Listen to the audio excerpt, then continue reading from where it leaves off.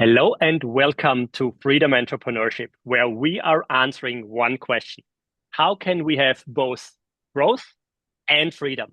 Or how I like to call it, how can I regain my freedom when I'm completely stuck? My name is Stephan Poschik from CHC. Let's get started. Today, I have a wonderful guest, and we had an incredible conversation a couple of weeks ago already. And I'm really looking forward to talk a little bit about freedom entrepreneurship and how you build what you build. So, welcome, Allison. Please introduce yourself. Oh, well, thank you, Stefan, for having me. I'm excited to be here, and I think we're really aligned on this topic. It's something I talk about all the time. I've been an entrepreneur since I was 19, so many years ago, and I have built 10 different companies in all different industries. And I absolutely love business. Like we were talking before the show, I think I'm really built for this. It's just the way I think. I grew up in a very entrepreneurial family. And for the past 17 years, my team and I have supported over 150,000 CEOs to help them scale their business and live happier, freer lives, the whole reason that they got into business in the first place. So that's really my deepest passion. That's absolutely amazing. And that's why I think we connected immediately when we had our first conversation. So let's directly jump into it. What does freedom mean for you? What is your own definition of freedom? Well, freedom to me means freedom of choice, freedom of thought, freedom of how you spend your time, and Yeah. freedom to create utilizing the gifts that you were born with. Yeah.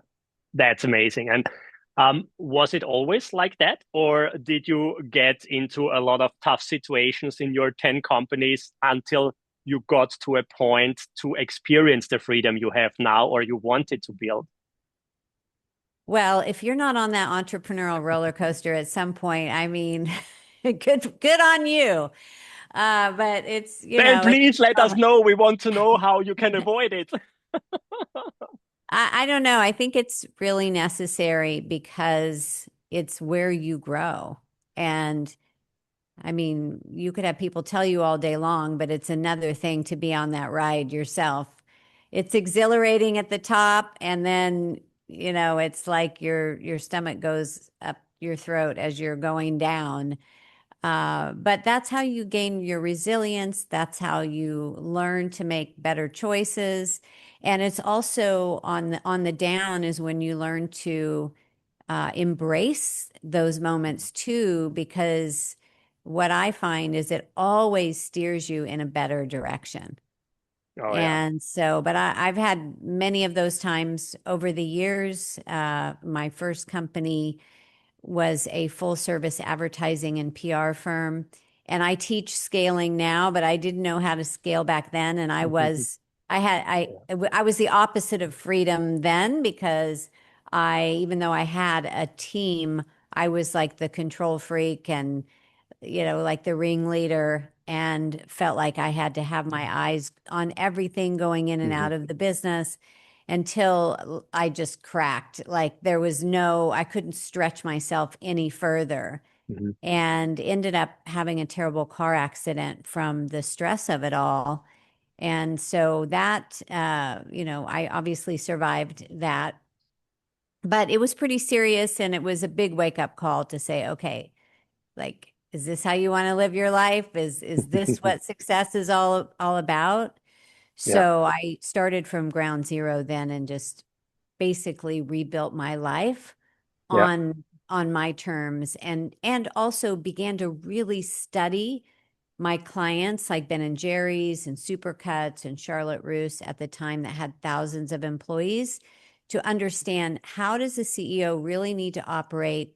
What are the systems and processes that need to be in place in the Mhm. company to run? What really is leadership? Because they weren't standing over everyone like an orchestra leader, like I was. And that's really where things began to really change for me. That's beautiful. Yeah. Um, why do you think we as entrepreneurs need such hard wake up calls before we really realize that's not the right right way on how we are doing it.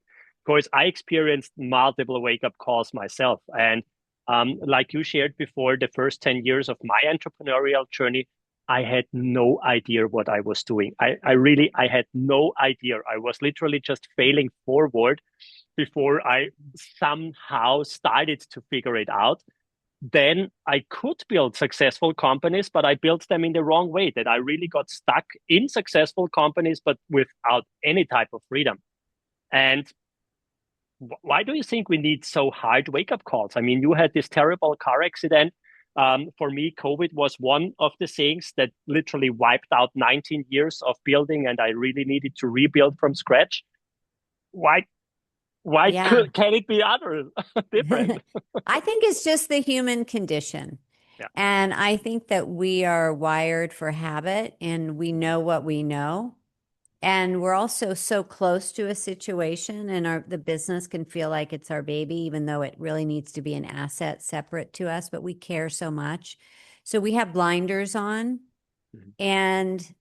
And then also I think there's a part of us that does know, that gut, the intuition. The gut feeling, And yeah. So and I've gotten so much better at paying attention to that when it's a whisper before it's a sledgehammer.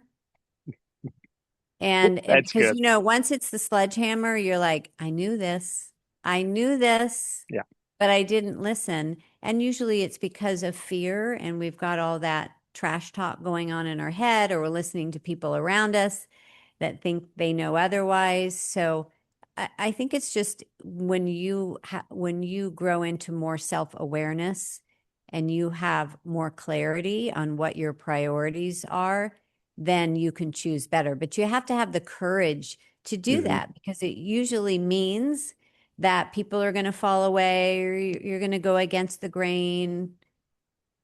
Yes. So, Yes, yeah. definitely. So same for me. I experienced exactly the same. The same. I really needed to have these hard learnings, especially at the beginning, to at some point listen more internally and not just look out externally and follow all these shiny objects.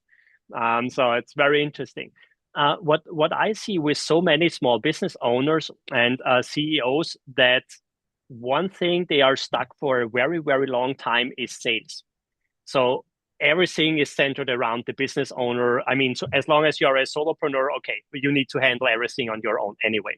But even the small business owners, when they already have a team in place, when they already have somebody for execution, maybe even lead generation, marketing, and all these things, but sales is centered around them so long. And most of them, they never get to a point that they can really build a sales team, that they can step back in this area. How did you do that in your companies? Lots of failure around that for sure. I mean, first of all, I think it's really important. I personally think this, and I know some people just are not wired for it, but I feel like the business owner needs to understand sales and needs to have good practice at it. Because if you're going to build a team, then they are going to ultimately follow your script. So I learned sales early on. I actually went door to door Oh, selling when I had my ad agency with my yeah. portfolio and trying to get clients, and I got a ton of rejection. But I was a single mom back then, and when your back's against the wall and you need to make it happen, that's good motivation. It's not the ultimate type of motivation that you need, but that forced me to do things that I was afraid of, and then I became more confident over Mhm. time. And I would say that over the years, I did fail building a sales team until I realized that I should not be the one managing the sales team. Mm-hmm. When you're building a sales team, it's even the best people in sales, they need consistent motivation, connection, role play. It's so much of it is mindset. And so for me, until I would find that great sales manager or sales director that was also great at sales that could cultivate and nurture that team, Hmm. that's where things began to change. So for Okay. instance, in my company now in Pinnacle Global Network, we have an amazing business development team, and they're very passionate about what we do. They truly care, and they're part of the transformation. But Hmm. if I would need to be the one to manage them, they would not have the success Yeah. that they have because I'm focused on other things in the Hmm. companies. I think that's ultimately this that's what I feel personally, Yeah. that they need that consistent oversight, and you, as since you're running the company, you're never going to have the amount of time that needs to Yeah. succeed. Um, this would also mean that you need to have very good revenue already in place to be able to afford a sales director, for example, or a really sales manager who can build a sales team around you, correct? Well, this is one of the things that we Yeah. support our clients with, is that if you're hiring strategically, then every single hire should be fueling the growth of your company, meaning that they're going to pay for themselves and more. We call this ROE, return on employee. Mm-hmm. So, for instance, our sales team is commission only. However, and they do well, but our sales, well, she was a manager. Now then she was a director, and now she's a VP. We've continued to promote her. She has a salary, and then she makes an override commission Hmm. as well. Hmm. Um, However, she has paid for herself, multiple times Yeah. over because of her passion and commitment and caring and obviously success. And so I think that if you're waiting until you have a bunch of money in the bank account, then you'll be waiting for a long time. So I call it hiring forward, Yeah. so that you are actually putting somebody in an area of the company to grow it. It's like Yeah. putting, fertilizer or something, in because you want the flowers or Yeah. your yard to bloom. That's wonderful. I could go on just around this topic because that's Yeah. just super, super interesting. But I really see this in so many situations that somehow the companies just cannot overcome this big challenge or this big bottleneck of getting a sales team established. Really, I like the term what you mentioned. It was ROE, right? Return on employee. Yes. I love this. Yeah, maybe I can borrow that because I totally believe in this concept. Um, I use, for example, a KPI that I say, okay, you should have at least 250K per full-time equivalent or basically per full-time team member. Are you applying some KPIs for hirings also? And if so, how or what numbers are you using? Yeah, so we use a formula. Hmm. And so the formula is to determine what is the outcome, the ultimate net outcome that you want to see this employee create. And so Hmm. then the outcome, then you divide that by what is the total cost of the employee. Hmm. So the total cost would be their salary, their insurance. What does it cost approximately to manage this person?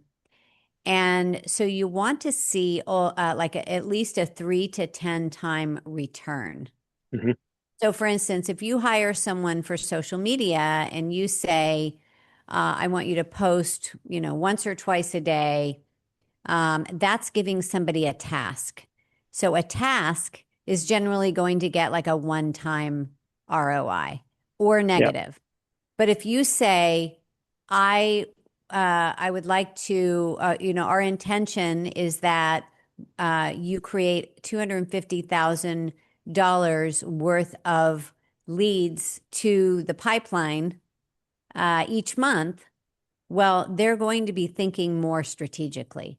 They're going to determine what's the best platforms. They're going to what's the best time of day. What's the content that the audience is most interested in. What kind of trends are working, things like that. So it's, Yeah. you have a more of a strategic thinker.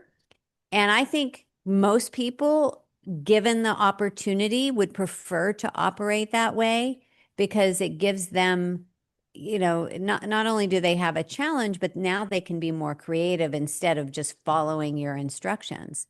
Mhm. So once you do that and then you start getting what we call problem solvers, meaning they see a challenge, they come up with a solution, and then they fix the solution and they tell you about it. Or scale multipliers. This is all going to be in my new book that's coming out next year. And a scale multiplier comes in and they say, how can we build a system so that we can ensure that we're going to get that $250,000, you know, uh, Yeah. leads through the pipeline each month so that Yeah. we can empower the whole department or the whole company. That's amazing. So I'm a huge fan of systems and architecture because that's in my personal experience and in my opinion is necessary to really build a company that is sustainable, that can grow, that also gives us as the founder and owner of the company the freedom at some point. Thank you so much for these details and this deep dive you just shared with us, Allison. Um, let's go to the freedom topic back a little bit before we wrap this up. I mean, you built so many things already. You are so successful. You built 10 companies. Why do you still work? Why not just enjoy life, enjoy what you build, enjoy rest on your laurels? Why are you still working? Yeah. I don't know. My husband would probably say the same thing, although we both absolutely love what we're doing. I think he could live in Africa with rescuing elephants. That's really his passion. And we have a really nice life. We live in Mexico, in Zihuatanejo, Mexico, 5 months of the year. We love it there. We got engaged there. We'll be married 20 years this year. Oh, that's nice. And so we design a life where we have a lot of freedom Yeah. and I get to do what I love. So I need to have my mind challenged. Mhm. I know that if I was just sitting on the beach somewhere in Bora Bora, it would be fun for about a week or two. We travel, we go have amazing experiences. But I like to be creative. I like to build things. And I think as human beings, we need to be growing and evolving or we're dying. That's just me personally. That's not for everybody, but to me, it actually is a sense of freedom because I know that every morning I wake up, I can design the day the way that I want to. Now, I never know what surprises are going to come, and oftentimes things happen that I don't expect, but I still get to choose how I'm going to respond to it and what I'm going to make of it. That's awesome. That's absolutely awesome. And I think entrepreneurship should give us this type of freedom and should give us this type of life at some point. Because I also see the opposite that a lot of entrepreneurs are very successfully already, also from a financial perspective, but they do not even try to live their life or do not even try to live their freedom, even if they could. So, do you see situations like that also in the services what you are doing? Yeah, I mean, making a lot of money doesn't always equate to happiness. I think Yeah. that, business can become an obsession and then you aren't living a full life. You're not taking care of your health. You're not spending Mm, time with the people that you love, and it can just overpower your whole life. So mm, you have to be really selective on how you spend your time, and it definitely there can be times when it can be extremely overwhelming. And so it's so important that you get support. That's why we mentor CEOs. That's why we support them. Because I know when I went through that time, I felt really alone and I thought something was wrong with me. I got super depressed. mm, And I thought it was just my issue. I didn't understand that, oh, well, lots of business owners go through this and it doesn't have to be so hard. So it's really about how you structure your company, building a team managed company, empowering the team to step up and own it. And then you can slowly step back. And that's how I'm able to be away and travel, because I have the confidence that the team has it. In the earlier days, I didn't know that. I didn't understand leadership. I thought it had to be all on my shoulders. And that's Mm. impossible and it's exhausting. And that's really the trap of entrepreneurship. That's not the reason you get into entrepreneurship. You get into it because you want more time, more freedom, to make more money, to be able to make an impact on the people that you care about. That's absolutely amazing. Thank you so much. And listen, I could go on and on and on and on, but we know time is the most valuable thing we have. So thank you so much for this really, really incredible deep dive into your experience and how you build it. So I'm pretty sure a lot of listeners are going to want to connect with you. What's the best way to connect with you, to reach out to you? How can they find you? Yeah, thank you so much for having me. This is amazing. And I love your background too. And I know that's a real background there in Sardinia. So talk about freedom, right? And Correct. I can't wait to come visit. So Of course. uh, You in September, I think you are here, right? yeah, I think that's when we're planning. We still haven't gotten the tickets yet, but it's going to be sometime this year. Wonderful. Let me know So when we are going to meet. yes, I look forward to that. But people can connect. First of all, my website is pinnacleglobalnetwork.com. And you can also connect with me on any social media channel, Allison Maslan, Maslan. And look for my new book that is coming out next year, Infinite Scale, and excited to share that with the world. Absolutely amazing. Alison, thank you so much again. And we are definitely going to link your contact informations. And to all of your listeners out there, just apply what you just learned from Alison, because she is proof of concept. She did it. She is living the life she deserves and she built for herself. And she's experiencing the freedom and the success and the business growth. So she has it all. Thank you so much and a lot of success, and talk soon. Thank you so much.